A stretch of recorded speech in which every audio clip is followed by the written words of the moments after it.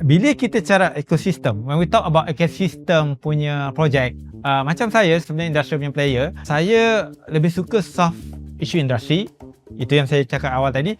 Dan pada masa sama, saya train the student FYP for industrial problem. During the COVID, tadi kita cerita pasal bernama. Okay, during the COVID, kita ada problem dengan bernama tersebut. Saya terjemahkan kepada student practical. Ada dua student practical saya, student final year project. Ada dua student final year project, saya ambil project tersebut. Yang mana saya memang tally untuk dia buat. Saya training masa tu data science baru lagi, machine learning baru lagi. Tak ramai yang tahu Python di Uniza ni. So saya ajar Python, everything on AI. Dan saya train untuk dia solve the problem.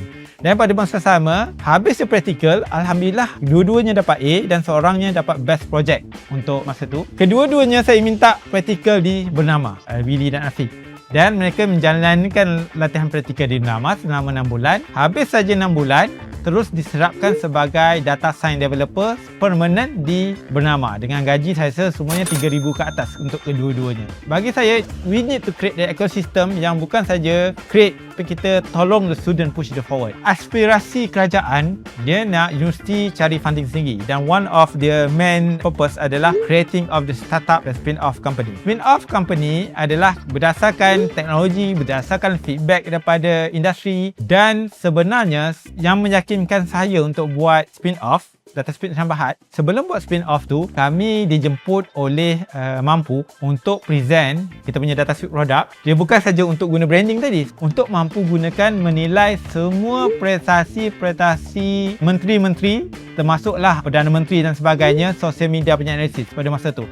Dia nak guna produk kita dan dia nak guna untuk monitor menteri. Nak bagi feedback lah apa sosial media cakap, dan untuk bantu, I think most untuk bantu lagi meningkatkan governance. Dan daripada situ dia nak produk kita, dia nak kita minta create company, dan dia nak, saya dia ingat dia cakap kita boleh bagi 1 million masa tu direct nego masa tu sebab teknologi terhad. So I think that's the reason kita rasa this is good opportunity kita create company. So kita create lah company DataSpeak Sdn Bhd. So company ada dua kan, satu enterprise, satu Sdn Bhd. So kita punya company adalah Sdn Bhd, sama dengan company yang besar lain, yang mana we have a lot of cost. Kalau Sdn Bhd ni nak tanggung, we have need to bayar kos setiausaha syarikat dan sebagainya, lebih kurang 10,000 setahun. Dan kita juga kena bayar licensing untuk ke Uniza untuk dapatkan teknologi yang saya cipta tu. Itu pun dalam 10,000 setahun. Kita ada bantuan daripada Uniza dan sebagainya. So, tapi saya percaya this is something that kita boleh buat. Dan balik pada cita-cita untuk buat company tadi. Dan saya sebagai co-founder, dan company kena ada 2 co-founder. Seorang lagi ada Dr. Azrul sebagai co-founder. So, kita create company tersebut, yang mana company tersebut kita ada seorang staff, dan kita juga ambil pelajar-pelajar praktikal di staff kita. Kita dah ambil 2 batch pelajar kita praktikal. The first batch kita ambil 3 orang. Alhamdulillah ketiga-tiga ni sebelum habis sudah di offer. Satunya memang kami ambil sebagai permanent staff. Yang kedua, sebelum habis dia telah di offer oleh ISN call kami. Dia tanya ada tak data science yang tu. So saya bagi nama, dan lepas dia interview dia berjaya dan dia dapat di ISN. Dan yang ketiga sebagai developer di Plus tak silap di Johor. So ketiga-tiga tu sebelum habis tu dia dah ada kerjaya yang dia buat. The new batch coming baru nak habisnya ada 2 orang saya ambil. Seorang daripada IM, seorang daripada KI tak silap. Dan we have satu projek lebih kurang sama dengan SUK, baru dilantik sebagai SUK. Dan yang KI tu belum habis, SUK Terengganu dah offer untuk ambil sebagai one of staff lah. Dia dah booking siap-siap lah habis praktikal nak ambil.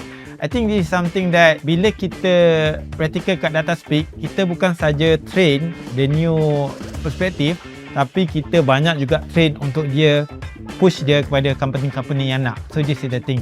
Dan kita juga belajar kalau walaupun company kita sebenarnya ada di TD, dia bagi kepada Uniza di TD 1303. Siapa yang tak tahu tu dia dekat bandar lah, dekat KTCC Mall.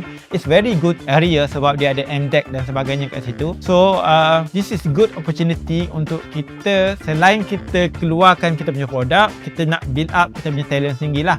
Dan feedback yang saya dapat daripada Uniza, kita sekarang ni ambil pelajar Uniza, tapi sebenarnya dah ada banyak start ambil. UiTM dah ada start minta daripada Politek, tapi setakat ni kita berdasarkan projek kan, kita fokus pada Uniza dulu lah on that part. Dan kami akan ada 2-3 projek lagi kami mengalurkan lah pelajar praktikal di sana. Dan memang kami bagi allowance lah, tak banyak lah, tapi at least ada lah kami bagi dalam 400 atau 300 sebulan lah untuk for starting. But I think the important part is we train, walaupun kita adalah spin-off university, but we train how the industrial punya kerja lah. Mereka terlibat dalam buat tender, mereka terlibat dalam meeting, mereka terlibat pitching di KL. So I think it's a very good benefit for them lah. Jangan lupa kalau nak tahu lebih detail boleh masuk ke website kami www.dataspaceanalytica.com. Dia bukan KI saja ambil masuk KI, Bukan. IM kan. IM boleh. Baru ni kita ambil karakter pun boleh kalau ada topik. Baru ni kita ambil IM, Roslinda lah kenal. Roslinda dengan Dataspace. Semua staff.